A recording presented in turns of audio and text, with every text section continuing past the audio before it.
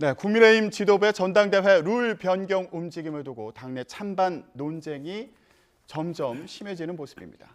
전당대회 룰을 바꾸는 작업은 이번 주 본격적으로 이루어질 것으로 보이는데요. 국민의힘 허은하 의원과 함께 관련 내용 짚어보겠습니다. 안녕하십니까? 안녕하세요. 네. 반갑습니다. 자, 저희 뉴스라이더는 처음 모셨는데 오늘 잘 부탁드리겠습니다. 네, 잘 부탁드립니다. 자, 의원님 같은 경우에는 전당대회 룰 변경에 반대하는 입장이시죠? 네네, 반대합니다.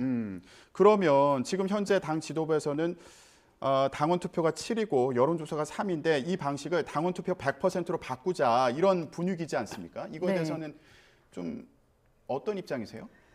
왜 그렇게 국민의 마음과 멀어지려고 하는지에 대한 부분에 대해서는 제가 좀 이해를 하지 못하는 상황입니다. 기본적으로 전쟁하듯이 저희가 이렇게 룰을 좀 바꿔보려고 하는 것 같은데 저희가 전쟁을 한다라는 것은 국민과 나라를 위해서 해야 되는 것이 올바른 것이지 당만을 위해서 전쟁하는 것은 국민들 보시기에 눈살 찌푸리는 부분 아닌가 하는 생각을 하게 되고요.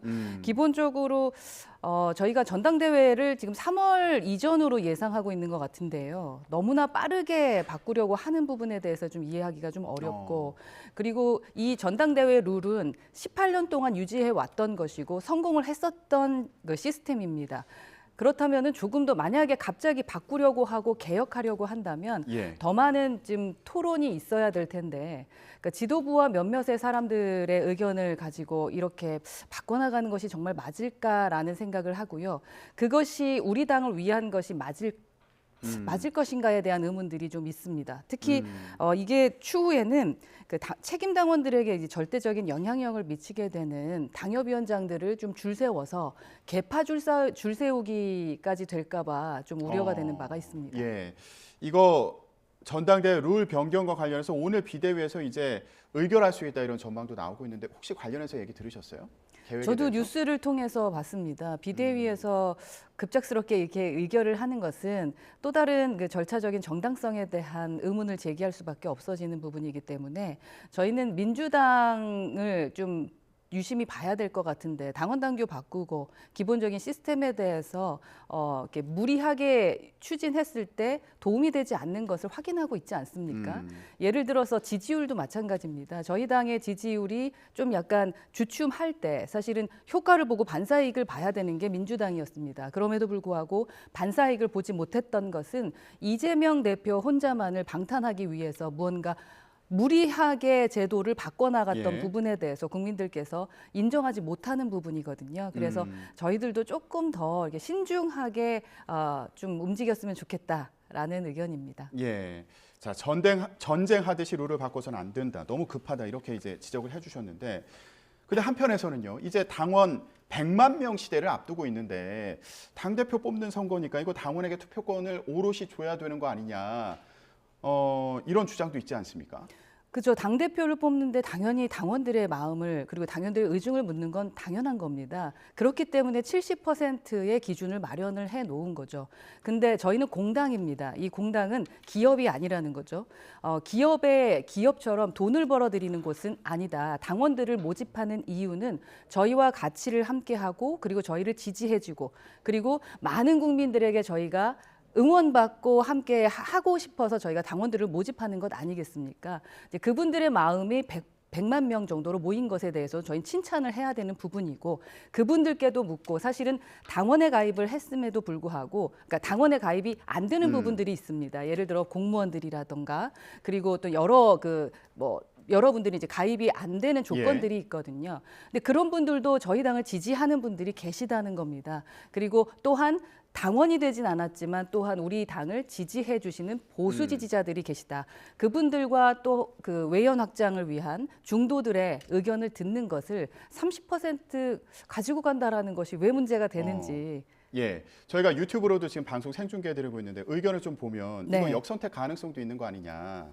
여론조사를 통해서 이제 반영을 하게 되면요, 이런 우려도 있는 거잖아요. 그러니까 민주당을 지지하는 쪽에서 이제 역선택을 할 수도 있는 거 아니냐, 뭐 이런 우려가 있는 것도 사실이잖아요. 네, 제가 이제 21대 국회에 들어와서 늘 듣고 있는 게 역선택 반지에 대한 얘기인데요. 근데 여론조사 전문가들의 얘기를 들었을 때는 그것은 불가능하다라는 것이 가장 큰 의견인 왜 것으로. 그렇습니까? 예를 들어서 이제 역선택이라고 한다면 더 가능성이 있는 것은 당원일 수도 있다라고 이야기하는 부분들도 있습니다. 첫 번째는 왜냐 예. 당원은 저희가 이제 1,000원씩 당비를 내면서 책임 당원이 되는데 3개월이 걸리는 건데요. 그런데 그 부분은 어떠한 조건들이 없습니다. 예를 들어 공무원이면 안 된다라는 그런 기본적인 조건이 아니라면 당원에 대한 마음을 묻고 있지는 않죠. 그런데 우리에게 관심이 있기 때문에 누구나 가입할 수 있다라고 생각할 수 있는 그러한 시스템도 있을 것이고요. 또 여론조사 그 기관에서 말씀하시는 것은 처음에 이제 굳이 그 역선택을 하는 분들에게 전화를 걸기도 어려울 뿐만 아니라 그리고 그분들이 받았을 때 일부러 이 국민의힘 지지자다라고 말하면서 답변하기도 쉽지는 않다라는 것이 여론조사 그 전문가들의 의견이라고 알고 있습니다. 예, 실제로 역선택을 하는 게 쉽지 않은 일이다. 예, 이런 말씀으로 이해가 되는데 그리고 또 지금까지 하신 말씀 보면 이제 공당의 대표니까 당원이 아닌 민심도 중도 민심도 반영할 줄 알아야 된다. 이런 취지로 들리기도 했고요. 한편에서 이런 얘기도 있습니다. 그러니까 이렇게 전당대회 룰을 바꾸려고 하는 게 유승민 전 의원을 경계하는 거 아니냐 이런 뭐 해석을 하는 경우도 있어서 저희가 여론조사 결과를 좀 준비를 했는데 네. 두 가지 여론조사 결과를 보겠습니다. 자 일단 NBS 조사 결과를 보고 있습니다. 자 전체 응답자 조사 결과에서는 유승민 전 의원이 27%의 지지율로 1위를 차지했습니다. 그런데 당원들을 대상으로 그러니까 국민의힘 지지층을 대상으로 조사를 한 결과입니다. 자, 이런 경우에는 지금 보면은 안철수 의원이 13%로 1위를 기록하는 그런 결과가 나왔고요. 예, 그래서 전체 응답자와 국민의힘 지지층 사이 조사 결과가 다르다 이런 취지의 조사 결과였고요. 다음에 미디어 토마토가 뉴스토마토의 의뢰를 받아서 조사한 결과입니다.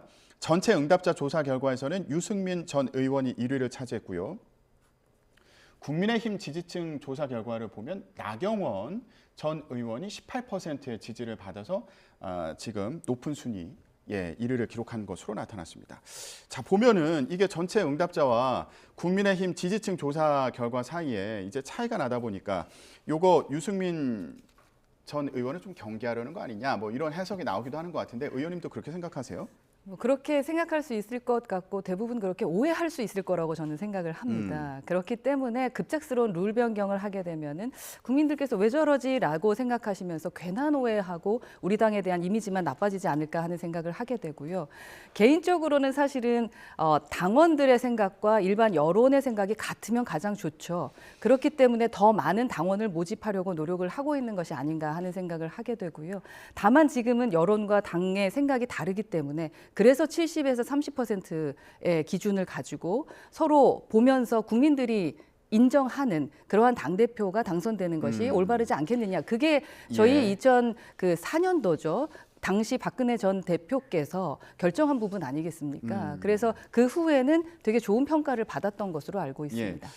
그런데 정진석 비대위원장 같은 경우는 그렇게 얘기하잖아요. 당원 포비아에 해당하는 분들은 당대표가 될 수도 없고 돼서는 안 된다. 그러니까 당원의 표심을 두려워하는 사람이 당대표가 될 수 있겠냐. 당원의 목소리를 두려워하면 당대표가 될 수 있겠냐. 당원의 목소리를 두려워하면 당대표 될 수 없습니다. 70%가 작은 비율이 아닙니다. 그리고 당원을 두려워하는 것이라고 생각한다면 그리고 이 여론도 조심해야죠. 여론도 두려워하면 안 되는 거죠. 우리는 국민을 바라보고 가는 거죠. 그리고 사실은 뭐 정부는 전 국민을 바라보고 가는 거고 저희는 보수를 지지하시는 분들과 또 중도 외연을 하려고 노력하고 있는 것 아니겠습니까? 근데 그 부분에서 당원을 두려워하면서 당대표가 되겠다고 생각하는 사람이 누가 있겠습니까? 유승민 전 의원을 저격한 거 아닙니까? 지금 당대표 관련해서요. 당원 투표 비율을 이제 100%로 올리자는 거에 대해서 반대하고 있는 그 상황에 대해서 비판한 걸로 보이는데. 글쎄 유승민 전 대표가 어떤 생각을 갖고 있는지 저도 이제 여론이라던가 언론이라던가 뭐 페이스북을 보면서 보고는 있는데 뭐 비슷한 생각인 것 같습니다. 민심을 받아들이지 않고서는 우리 당이 총선에서 승리하기 어렵다라고 생각을 하고 계신 것 같고요. 조금 전에 말씀을 드렸던 것처럼 우리 당이 웬만하면은 모든 국민의 사랑을 받는 것이 가장 더 중요할 것이고 그 당원의 마음도 다르지 않다고 생각합니다. 당원 포비아라는 것은 예를 들면 너무나 빠르게 전대 룰을 바꾸려고 하는 그러한 성급함, 그것이 더 포비아가 아닐까 하는 생각을 합니다. 알겠습니다. 지금 윤석열 대통령도 이제 당원 투표 반영 비율을 높이자 이런 입장인 것으로 언론 보도를 통해서 이제 전해지기도 했는데 이런 행위가 이제 법 위반이다 아니다 당내에서 주말 사이에 공방이 벌어지기도 했습니다. 의원님의 의견은 어떠세요?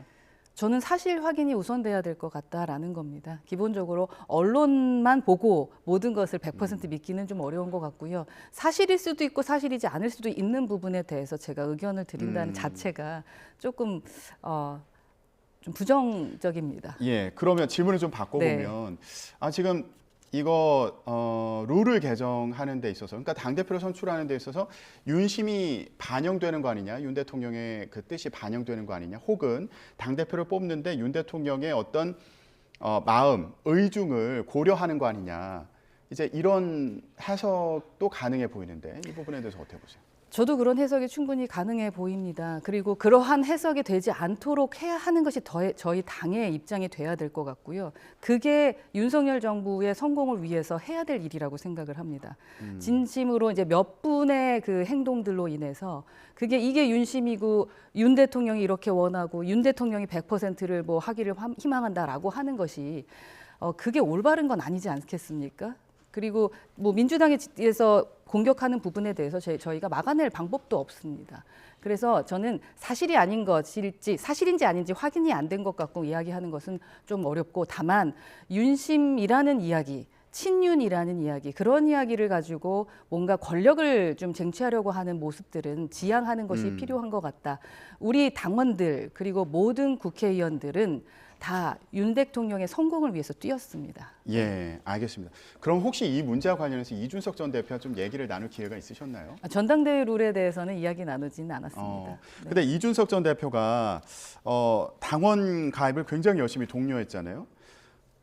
어떻게 보고 계세요? 이거 결국에 누구에게 유리하다고 보십니까? 당원 투표 반영 비율을 높인다면?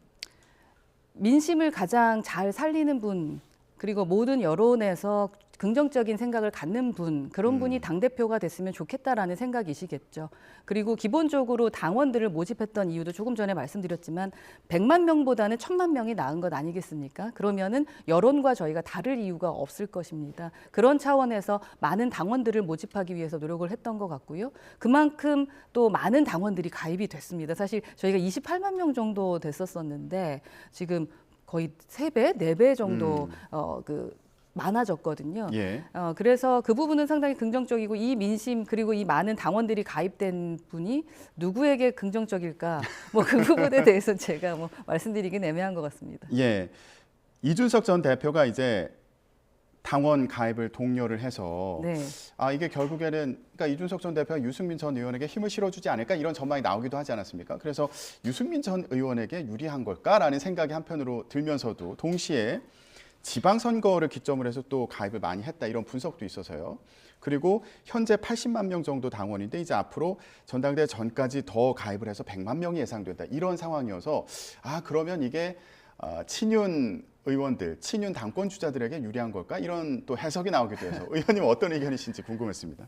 그러니까 뭐 주식이 어떻게 될까라는 것을 예측하는 것만큼 그만큼 정말 좀 어려운 부분인 것 같고요. 그러나 뭐 유승민 전 대표에게 유리하다 아니다, 아니면 유승민 전 대표를 뭐 도와줄 것이다 아니다, 그런 부분에 대해서는 저는 동의하지는 않습니다. 이 전 대표 같은 경우는 뭐 누구를 응원한다, 누구를 지지한다, 그런 스타일이 아니거든요. 어떻게 하면 당이 사랑을 받을 것이냐, 그리고 어떻게 하면 승리할 것이냐에 더 많은 생각을 갖고 계신 분이기 때문에 그런 차원으로 이길 사람에게 지지를 해줄 것 같다라는 생각이 들고요. 예. 그런 차원의 이길 사람. 그런데 문제는 이제 이준석 대표의 그 영향력보다 문제가 되는 것은 좀 이렇게 당내 일방주의 때문에 어쩌면은 유승민 전 대표에게 더 많은 지지를 하는 사람들이 생길 것 같다라는 예측을 할 수 있을 것 같습니다. 예, 알겠습니다. 오늘 국민의힘에서 어떻게 진행을 하는지 좀 지켜봐야겠습니다. 대통령과 민심 또 야당 사이 균형을 맞춰갈